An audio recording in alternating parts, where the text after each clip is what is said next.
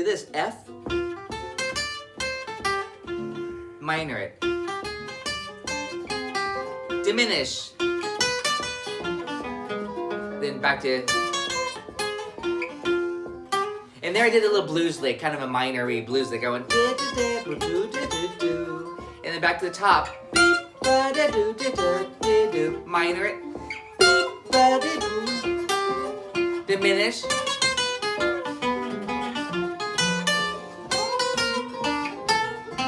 and I just threw in that lick, da da da boo dee boo dum.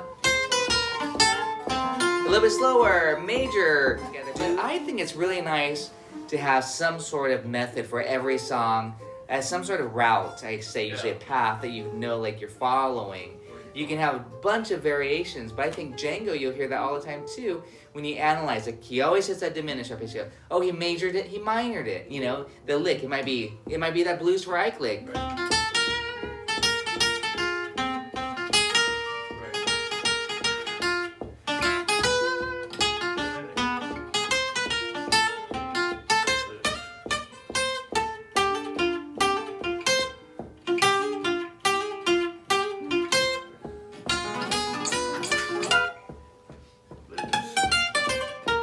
I went diminish, lick,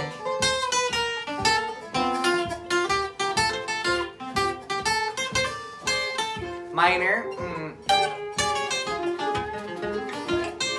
diminish, blues. For the complete video lesson, including PDFs and tabs, and also for all of my bonus lessons, please consider joining my online community exclusively on Patreon. I always call that the Sweet Georgia Brown lick. But again, you can just... And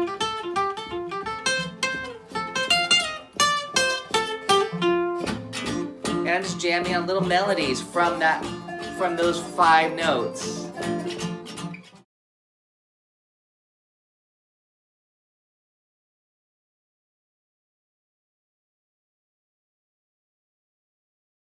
The major pentatonic works beautifully on a dominant chord or a major chord. The major 6 is just more neutral, and the pentatonic is just perfect. So again, the trick is to do something major pentatonic.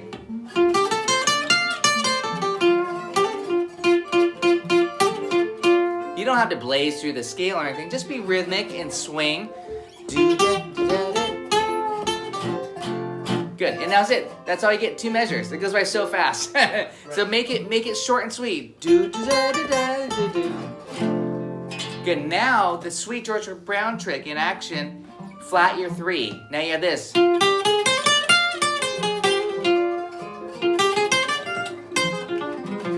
And now that kind of turns it into this really neat arpeggio. It's a minor 6 with the added 9, or the 2. I don't believe there's a name for this, but it's what I just call it, a 6, I like a minor 6-9. So you have the minor triad in there, and the 6, but you also have the 9. And again, it's whenever you have a chord progression that goes from the 1 chord to the 4 dominant, it sounds great, like in a blues. So that's when you'd use it, is on that 4 dominant.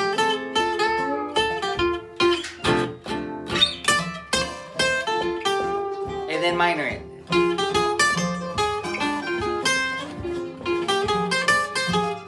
Nice. So I'm going to slow down the tempo a lot. And really what I would prefer is to do short phrases. Minor it. And again, you only have 2 bars to do, you know. But it's nice to take whatever you do on the major lick, minor it. Right here, 3, 4. 1, 2, 3, major, and major, and minor it. Nice. Just get used to changing that 1 note from major to minor. And that is played on top of the B flat 7. That's the key. So the F is face value. You see F6, you play F6 penta. And then on the B flat 7, you play F minor 6/9. And how does that relate to the B flat? The question is, why are we doing this trick on B flat 7? Why are we thinking the F minor 6/9? B flat. The root F is the 5th. Right. G's the 13th. Right. A flat's the flat 7. Right. The C's the 9. Right. And the D's the 3rd. Beautiful. Yeah. Here's a great Django tune. It goes like this. Blues for Ike. And then guess what it does on the next phrase? Minors it. So that's another example again using in the actual lick where you have a lick and you major it, then you minor it. It starts out with major, then you minor it. But it's for the 4 chord. You superimpose the minor 1 over the 4. That's what the trick does. On the 1 chord you play major, you follow it face value, but on the 4 chord, to make it dominant, you take your 1 chord, you make it minor. And using 6s are very important. So that's why I said major 6. Then this minor 6/9 penta, which doesn't really have a specific name because we're just taking that major and minor. Most people know the minor pentatonic, which is this scale. And that sounds cool too on it, obviously, more blues rock. But in gypsy jazz and swing, I find the Sweet Georgia Brown trick being more Django. But that's over this chord. Over the 4, dominant. You play the minor 6/9 arpeggio. Okay, so now here's the fun part. Well, that was fun already, but now the 3rd chord, we're on measure 1 through 2 is F6, and then B flat 7 is measure 3 through 4, and then now we have B diminished 7. Well, this is what I was saying earlier. B diminished 7 can also be called F diminished 7.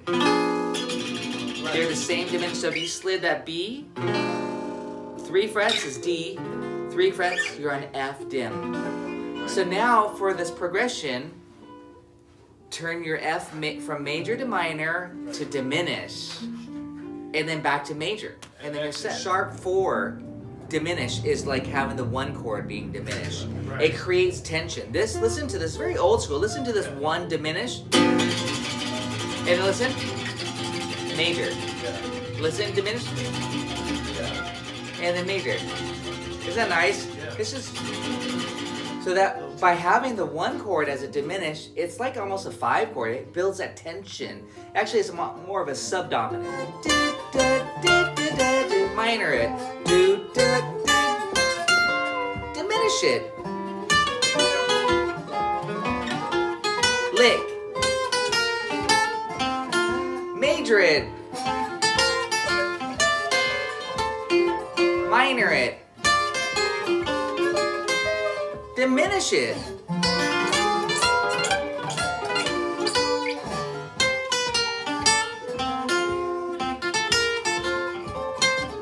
So now our practice, we get to do this. F, minor it. Diminish. Then back to, and there I did a little blues lick, kind of a minor-y blues lick, going, and then back to the top, minor it, diminish,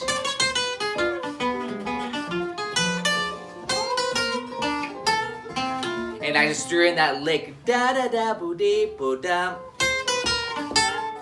A little bit slower, major, lick, major it, minor it, diminish it.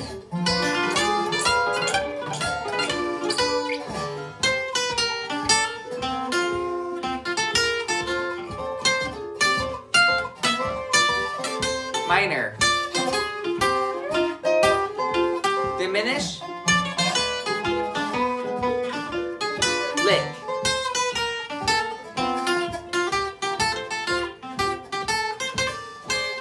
Minor. diminished, blues. And I wanted to just end it on some sort of bluesy lick, just to kind of again have a nice bluesy cadence. I went da da da da da do. Isn't that a nice formula? Yeah. We're creating. It's a super sweet and easy formula. Essentially, you're thinking F minor, diminished, and then just back to F. I know I'm just showing you all off the root F, but of course the band is going F, Right. B flat, B dim, 5, 1, and top. Diminished. Together. But I think it's really nice to have some sort of method for every song, as some sort of route, I say, usually a path that you know like you're following.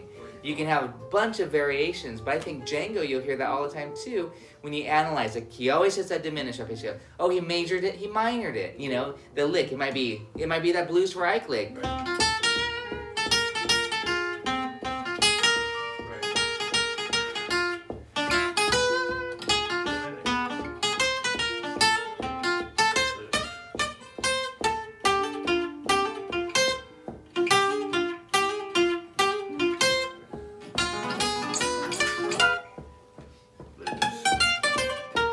I went blues lick.